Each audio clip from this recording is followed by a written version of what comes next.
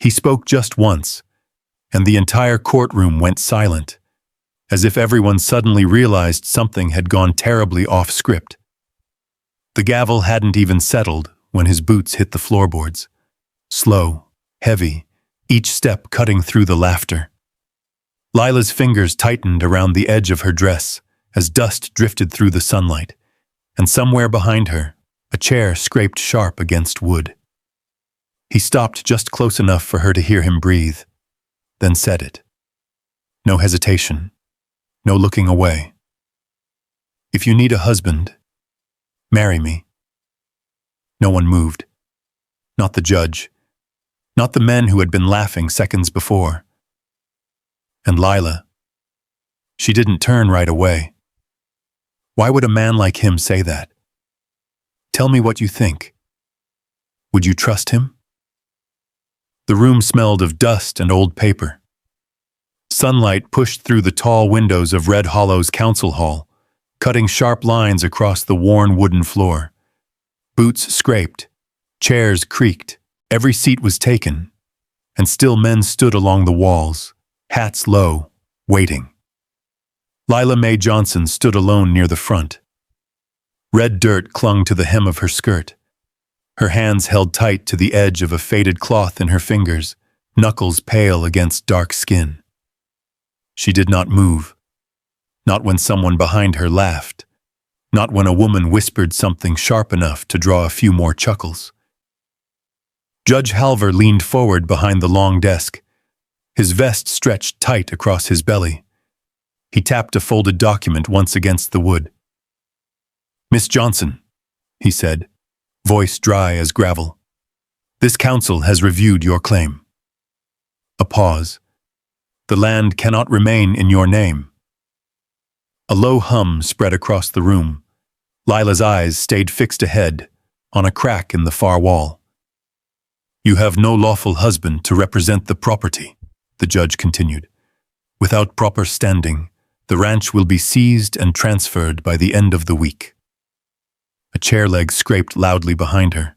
Someone muttered, "Knew it." Lila drew in a slow breath.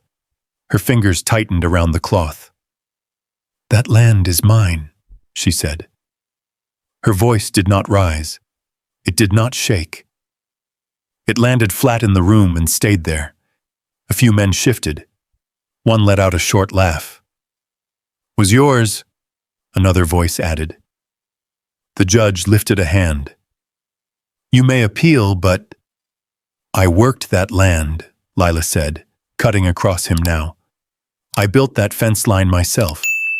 I kept the well running through winter when no one else. A louder burst of laughter this time. It rolled through the benches like a wave. The judge brought the gavel down once. Order. Lila stopped speaking. The sound of the gavel echoed, then faded. The room settled again, though the smirks stayed. The judge exhaled slowly. There is one path that allows you to retain the property. Silence followed. Lila did not turn. She waited. A lawful marriage, he said. A man's name attached to the deed. Another ripple of voices. Lila's jaw tightened. Her grip on the cloth loosened just a fraction, then tightened again. I don't need a man to tell me what's mine, she said.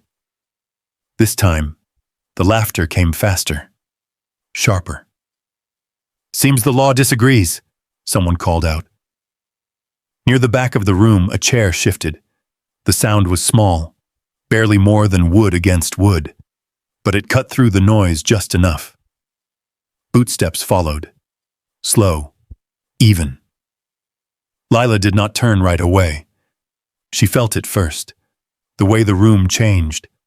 The laughter thinning, voices lowering without knowing why.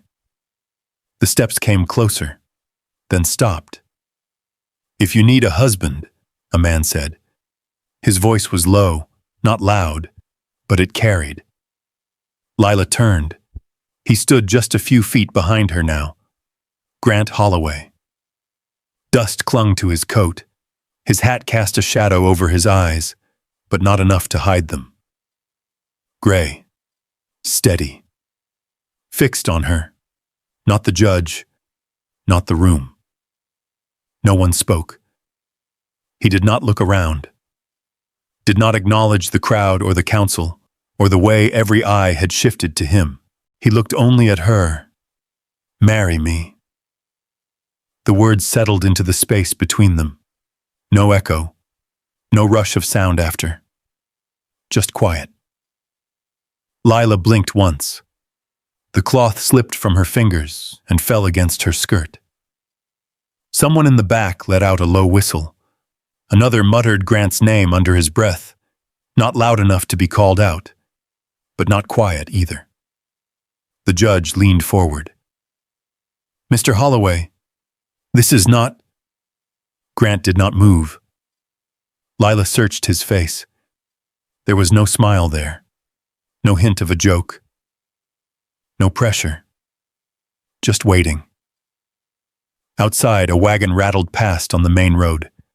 The faint jingle of harness metal slipped through the open window, then faded. Inside, no one breathed too loud. Lila's eyes dropped for a moment, to his hands. Rough, still at his sides, then back to his face. "You don't know me," she said. "Enough," he answered. A flicker passed through her eyes, gone as quickly as it came. Behind her, someone scoffed. "He's trouble, girl." Another voice. "You'd trade one problem for another." Grant didn't turn. Lila's shoulders lifted with a slow breath, then settled. She looked past him, out toward the doorway where the afternoon light spilled across the threshold. Dust moved through it in thin, drifting lines. Then she looked back at him. "What do you get out of it?" she asked. "A beat. A roof that needs fixing," he said, "and land that shouldn't be taken." That was all.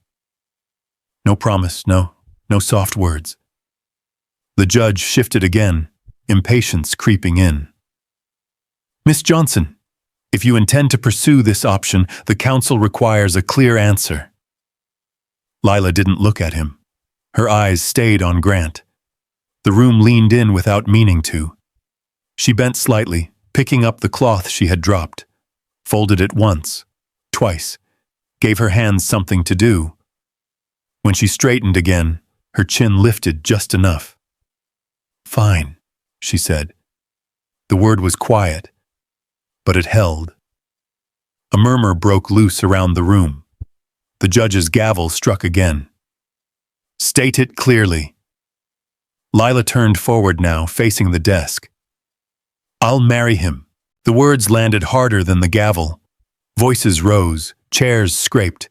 Someone laughed again, but it sounded different this time, less certain. Grant did not move, not until the judge began calling for order again. Then, slowly, he stepped forward to stand beside her, close enough that she could feel the presence of him at her shoulder, not touching, not crowding, just there. Lila kept her eyes ahead. Her hands were still, but the cloth in her grip had tightened again. The ceremony took less time than a cup of coffee going cold. They stood before the same desk, the same judge, the same crowd that hadn't moved much, only shifted closer. Someone had opened a window. Dust drifted in slow, lazy lines through the light. "State your names," Judge Halver said. "Lila Mae Johnson, Grant Holloway." The clerk scratched their names into a ledger with a steel nib. Ink pooled, then dried. No ring was offered, no blessing spoken. Just a paper turned and pushed forward. Sign. Lila took the pen. It felt heavier than it should. The nib caught once on the page. She didn't look at Grant. She signed. He stepped in after her. His handwriting was quick, certain. He set the pen down where he found it. "That will do," the judge said. A few claps started in the back, more like a joke than a celebration. Lila didn't turn. Outside, the afternoon had gone flat and hot.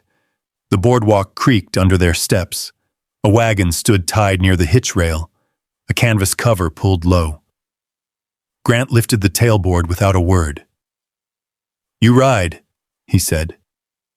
She shook her head. "I walk." He didn't argue. He closed the tailboard, took the reins. They set off side by side, not touching. The road out of town ran past the blacksmith's shop, then bent toward open land. Wind pushed at their backs, dry, steady. They didn't speak. By the time the town dropped behind them, the sound of it had gone thin. Only the creak of leather and the low clink of the bit carried between them. The ranch sat a mile past the creek. A gate leaned at an angle, one hinge pulling loose from the post. The house was small. One room in front, a lean-to kitchen behind. A porch that had seen better seasons. Lila stepped up first. She paused with her hand on the door, then pushed it open. Inside, the air held the smell of wood smoke and old boards. A table near the window. 2 chairs. A shelf with 3 plates and a chipped cup. A bed against the far wall. She crossed the room and set her cloth on the table. Turned, pointed. "That room," she said, indicating the small space off the kitchen. "Mine." Grant nodded once. His eyes moved over the room, not lingering anywhere. He set his hat on a peg by the door. "I'll take the barn," he said. She looked at him then, just for a second, as if measuring the distance between what he said and what he might mean. "Fine." He stepped back outside. The rest of the afternoon passed with the sound of work. A hammer, steady against wood. The gate hinge first. 2 clean strikes to set the nail, a third to seat it. The gate lifted true again. Lila watched from the doorway, arms folded, not stepping out. When the sun dipped, the wind picked up. It came down off the ridge with a sharper edge. Grant moved along the fence line, checking posts. He replaced 2. Tightened wire where it sagged. His sleeves were rolled. Dust clung to his forearms. Inside, Lila set a pot on the stove. Beans. Water from the barrel out back. She stirred once. Twice. The spoon tapped the rim of the pot.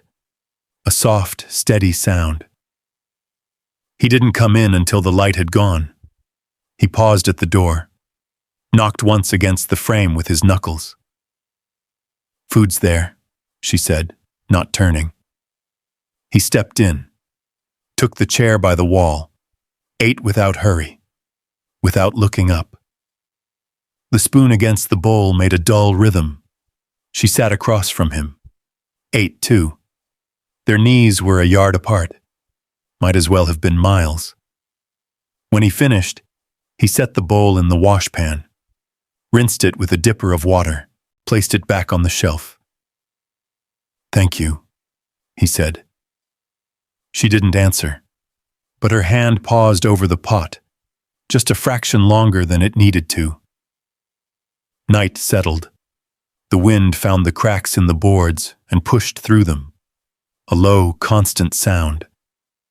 Lila lay in the small room off the kitchen, eyes open to the dark. She could hear him outside. A step on the porch. Then another farther off. The barn door opening, closing. Sometime before dawn, the hammer started again. She rose before the light fully came. Pulled on her boots. Wrapped her shawl tight. When she opened the door, the air bit cold. A bucket sat by the step. Full. Water still trembling at the surface. She looked toward the barn. The door stood open. Grant moved in the half-light, carrying a plank to the sawhorse. He set it down, measured with his thumb, sawed clean through. She stepped down, lifted the bucket, and carried it inside. No words, just the sound of water pouring into the basin. By mid-morning, the loose board on the porch no longer shifted underfoot. The door latch caught firm. A strip of leather had been added to the window frame where it rattled. Lila noticed each thing without saying so. At noon, she poured coffee into the chipped cup, set it on the table, left it there. He came in a few minutes later, stopped when he saw it, looked toward the kitchen, where she stood with her back to him. He took the cup. "Appreciate it," he said. She nodded once. Barely. They drank in the same room, facing different directions. The quiet between them held, but it had changed shape. Not empty. Just waiting. Outside, the wind eased. The fence stood straight. The gate held true. Inside, two people moved around each other with care, as if learning the edges of a place they hadn't chosen, but hadn't left. Days passed like that. Morning came with the same quiet rhythm, the scrape of boots outside, the creak of the well rope, a bucket set down before the door. Lila would open it just enough to see it, then carry it in without looking toward the barn. At noon, the sun burned flat over the land. Heat shimmered above the fence line Grant had straightened. By evening, the wind cooled again, slipping through the cracks like it had always belonged there. They spoke when needed. "Salt's low. I'll bring some." Fence held. It held. No more than that. One afternoon, Lila tied her shawl tight and walked into town. The road was dry and pale, dust lifting with every step. A wagon passed her heading out, driver tipping his hat without slowing. She kept her eyes ahead. Red Hollow looked the same. Same boards, same signs. Same men sitting outside Bennett's saloon, with chairs tipped back and boots hooked on the rail. But the way they looked at her had changed. Not quieter, just sharper. She stepped into the general store. The bell over the door gave a dull ring.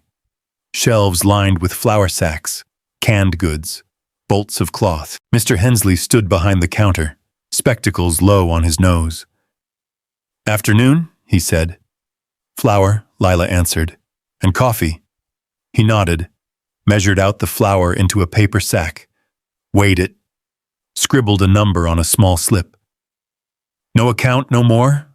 he asked. She shook her head. "Set coins on the counter." "Exact." He pushed the coffee tin toward her. Their hands didn't touch. When she stepped back outside, the light felt harsher. The men by the saloon had noticed.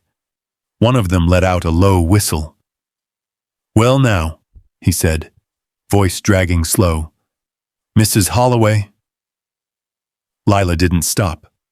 Another stood, boots hitting the boards with a heavy thud. "He ain't here to walk you home?" She kept walking. The first man stepped down from the porch, moving to match her pace, close enough that she could smell the whiskey on him. "Seems a shame," he went on. "All that land, and no one proper to—" A hand shot out. Not his. The man's arm jerked backward, caught at the wrist. "Back off!" Grant's voice didn't rise. It didn't need to. He stood there, one hand gripping the man's arm just enough to hold it still. His other hand hung loose at his side. His eyes were steady, cold in a way that didn't shout, didn't flare. Just stayed. The man tried to pull free. Couldn't. "Wasn't touching her," he muttered. Grant let him go. The man stumbled back a step, rubbing his wrist, eyes narrowing. The others shifted behind him, not quite stepping forward, not quite backing away. Lila hadn't moved. She looked at Grant then. Really looked. Dust on his coat. Sun at his back. The same quiet set to his mouth as before. "Let's go," he said. Not a command, just a fact. She turned, walked beside him. No one followed. They didn't speak on the way back. The wind had picked up again, pushing across the open land. The flour sack bumped lightly against her hip with each step. Grant took it from her once the road leveled. She didn't argue. By the time they reached the ranch, the light had gone soft. Inside, she set the pot on the stove, measured water, poured the coffee grounds into the tin scoop with a steady hand. He sat by the table, quiet. After a moment, she brought out the wooden box from the shelf above the stove, set it down between them, opened it. Needle, thread, clean cloth. "Sit still," she said. He did. She cut away the sleeve where the glass had torn it. The fabric peeled back, revealing the shallow cut along his arm. Not deep, but it bled enough. The needle caught the light as she threaded it. Her hand paused once, then steadied. "You didn't have to do that," she said. "Didn't think on it," he answered. The needle went in. He flinched once. Just a breath. She worked slow, careful. The thread pulled tight, closing the cut. Her fingers brushed his skin now and then. Each time she drew back a fraction too late. The room held the sound of the thread pulling through. Nothing else. When she finished, she tied it off and set the needle down, wrapped the cloth around his arm. Firm, not gentle, not rough. "There," she said. He looked at the bandage, then at her. "Thank you." She nodded, turned to the stove, but her hand stayed on the edge of the table a moment longer than it needed to. Later, the lamp burned low. Grant stood by the door, hat in his hand. "You didn't have to come into town," she said, not turning. "I was headed that way." A pause. "That's so," he didn't answer. The wind pressed against the walls. The boards creaked. Lila stood there, staring at the small flame under the kettle. Behind her, she felt it. Not his hand, not his breath. Just the space between them, smaller than it had been before. She reached for the kettle, poured the water. 2 cups this time, set one down across from her. When she sat, she didn't look up, but she didn't push the cup away either. Morning came heavy. No wind, no birds, just a stillness that sat wrong on the land. Lila noticed it when she stepped out with the empty bucket. The air felt thick, like it was waiting on something. She paused on the porch, eyes moving across the fence line Grant had fixed. Everything stood the way it should. Too quiet. From the barn, Grant led the horse out slow. He didn't rush, didn't speak, but his gaze kept drifting toward the ridge beyond the fields. "You expecting someone?" she asked. He shook his head once. That was when the sound came, distant at first. A low, steady drum of hooves. Not one horse. Several. Lila set the bucket down. Grant's hand tightened on the reins. He didn't look at her. "Go inside," he said. She didn't move. The riders came over the rise like a line drawn across the sky. 5 of them. Dust trailing behind. They didn't slow until they reached the fence. The man at the front swung down from his horse. Tall, lean, coat worn thin at the edges. "Grant Holloway," he called, voice carrying easy. "Didn't think I'd find you mending fences." Grant stepped forward, just enough to stand between them and the porch. "Wade Mercer," he said. The name settled heavy. The others shifted in their saddles. One laughed under his breath. "Been hearing stories," Wade went on, glancing toward Lila. "You took up with a quiet life. Thought I'd see it for myself." Lila felt the weight of those looks. She straightened, one hand drifting back toward the doorframe where her father's old rifle leaned. Grant didn't turn. "That life's done," he said. Wade smiled, but it didn't reach his eyes. "Life like ours don't just end. You know that." Silence stretched. The wind picked up just enough to stir dust at their boots. "Ride on," Grant said. Wade took a step closer to the fence, rested his hand on the top rail Grant had just fixed days before. "And leave you to play house?" he asked. A horse snorted. Leather creaked. Lila moved then. Slow. Careful. She stepped down from the porch, the rifle in her hands now.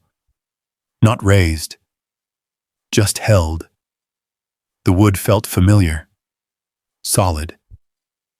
Grant glanced back at her. Just once. "Inside," he said again. Lower now. She shook her head. "No." The words stayed between them. Wade's smile faded a touch. His eyes moved from Grant to Lila, then back again. "Well now," he said. "Seems you've found yourself company that doesn't scare easy." One of the riders shifted, hand brushing near his belt. Not quite a draw. Not quite nothing. Grant's stance changed. Subtle. Weight settling. "Don't do it," Wade said softly, almost like a warning. For a second, no one moved. Then a horse sidestepped. A boot hit the ground too hard. A hand went quicker than it should. The sound came sharp. Gunfire cracked across the yard. Dust jumped from the ground near the fence. A horse reared, shrieking. Lila's heart slammed hard against her ribs as she tightened her grip on the rifle. Grant moved first. Fast. Clean. He stepped into the space, drawing just enough to fire low. The shot struck dirt near a man's boots, sending him stumbling back. Another lunged forward, then stopped short when Grant turned his aim. "Enough!" Grant's voice cut through it. For a moment, the air held. Wade lifted a hand. The others eased back, though not by much. "This ain't over," Wade said. His eyes stayed locked on Grant. "You don't walk away from us. Not clean." Grant didn't answer. Wade gave a small nod, then swung back onto his horse. The others followed, turning slow before breaking into a hard ride back over the ridge. The dust took longer to settle. Lila didn't realize her hands were shaking until the rifle slipped slightly in her grip. Grant stepped closer, close enough now that she could see the dark line along his arm where the old bandage had soaked through again. "Inside," he said. This time, she went. The kitchen felt smaller than before, the air warmer. She set the rifle down by the door and moved to the table, pulling the wooden box toward her. Grant sat without a word. She cut away the cloth. Blood had seeped through the stitches. Not deep, but enough. "You always carry trouble with you?" she asked, threading the needle. "Used to," he said. The needle went in. He didn't flinch this time. "They'll come back," she said. "Maybe." Her hand paused mid-stitch, then continued. "Why you here, then?" she asked. "Why not go with them?" He looked at the table, at the marks worn into the wood. "Because I'm done with that road." The words were quiet, but they stayed. She tied off the thread, wrapped the arm again. The wind hit the house harder now. Boards creaked. The roof rattled once, then settled. She stayed where she was. "So stay done," she said, not looking at him. He watched her a moment, then nodded. "I will." Outside, the storm began to roll in, slow, certain. Inside, the space between them felt smaller than it had any right to be. The storm passed in the night. By morning, the sky stretched clear and pale, as if nothing had come through. The land looked the same. Fence standing, gate holding. Dust settled back where it belonged. But something had shifted. Lila stepped out with the bucket and found him already at the far end of the fence line, resetting a post the riders had knocked loose.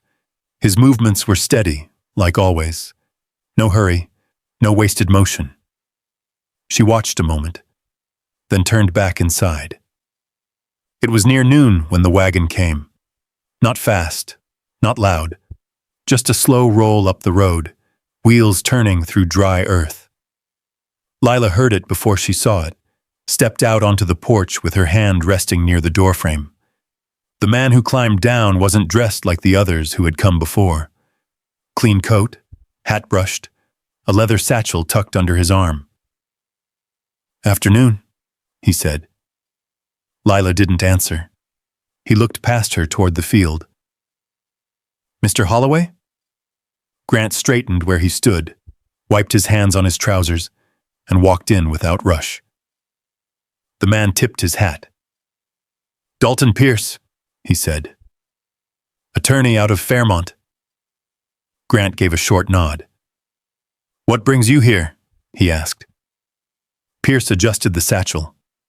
Paperwork, mostly, and something that didn't sit right.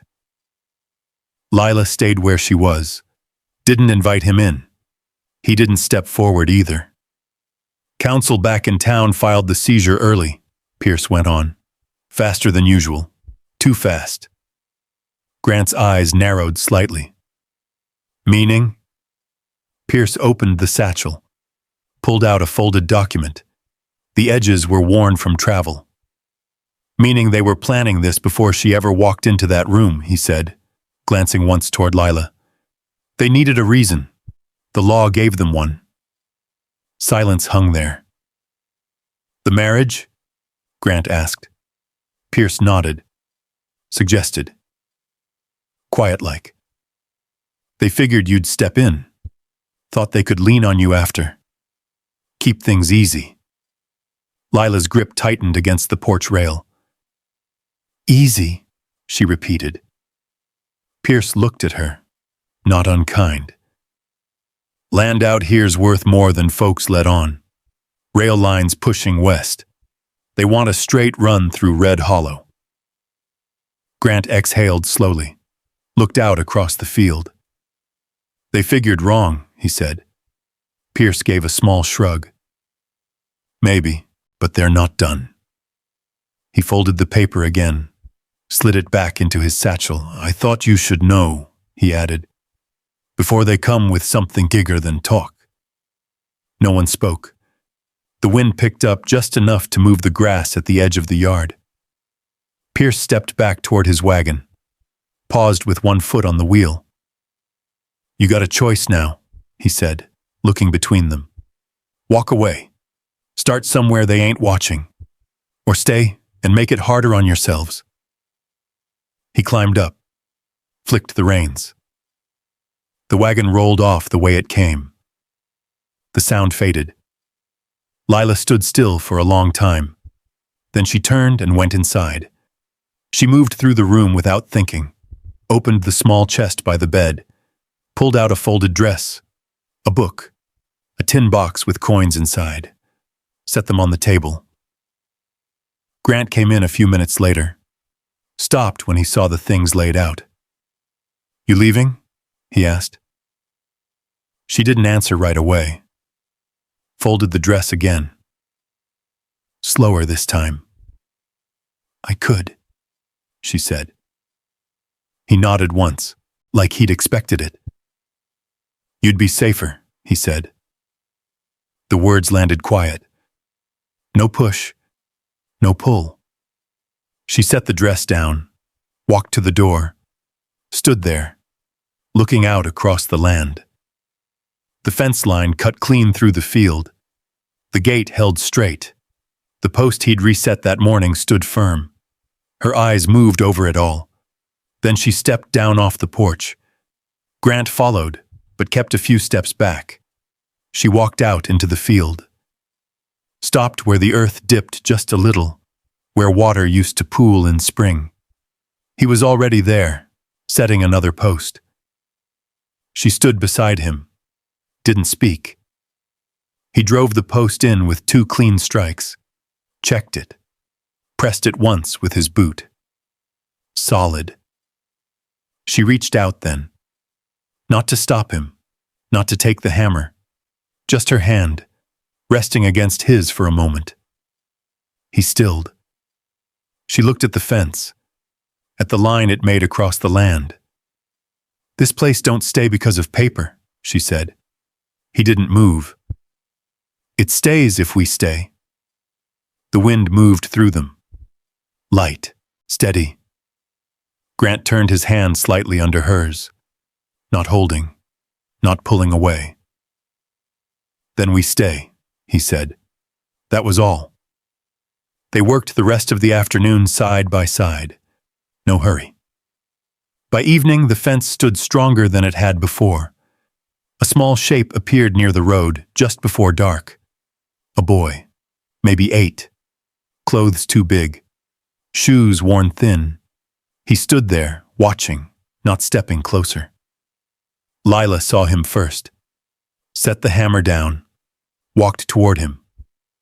"You lost?" she asked. He shook his head, looked at the ground. "No place," he said. She glanced back at Grant. He was already watching. She turned to the boy again. "You hungry?" He nodded once. She held out her hand. After a moment, he took it. Inside, the lamp burned low again. 3 bowls on the table this time. The boy ate fast, then slower. Grant sat across from him, saying nothing. Lila watched the way the boy's shoulders dropped as he finished. The way he didn't look up, like he wasn't sure how long he'd be allowed to stay. She reached out and set a hand lightly on his shoulder. "You can sleep here tonight," she said. He nodded. Didn't say thank you. Just held still. Outside, the wind moved soft across the land. Inside, the house felt different. Not bigger. Just fuller. Later, Grant stepped out onto the porch. Lila followed after a moment. They stood side by side, looking out over the field. No words. No need. Behind them, the boy shifted in his sleep. Lila leaned her shoulder just slightly closer. Grant didn't move away. The night held quiet, and for the first time since the hearing room, it felt like something they had chosen. Not the land, not the fight, not even each other at first. Just the decision to stay. If you stood there with them, boots in the dust, wind brushing past your coat, you might feel it too. That quiet moment when fear doesn't leave, but it loosens its grip just enough for you to breathe. When you realize no one is coming to fix things for you, and somehow, that's what gives you the strength to stand. Lila didn't win because someone saved her. Grant didn't change because the world forgave him. They met in the middle of something broken and chose to build anyway. And maybe that's the part that stays with you. Because life doesn't always hand you clean beginnings. Sometimes it gives you rough wood, bent nails, and a past that won't stay buried. But every now and then, you get a moment, a small one, where you decide what comes next. And that choice? It matters. If this story stayed with you, I'd like to hear where you're watching from, and what part felt closest to home. There are more stories like this waiting. Quiet ones, strong ones, the kind that don't shout but stay with you long after they end. If you feel like walking a little further down that road with me, you're always welcome here.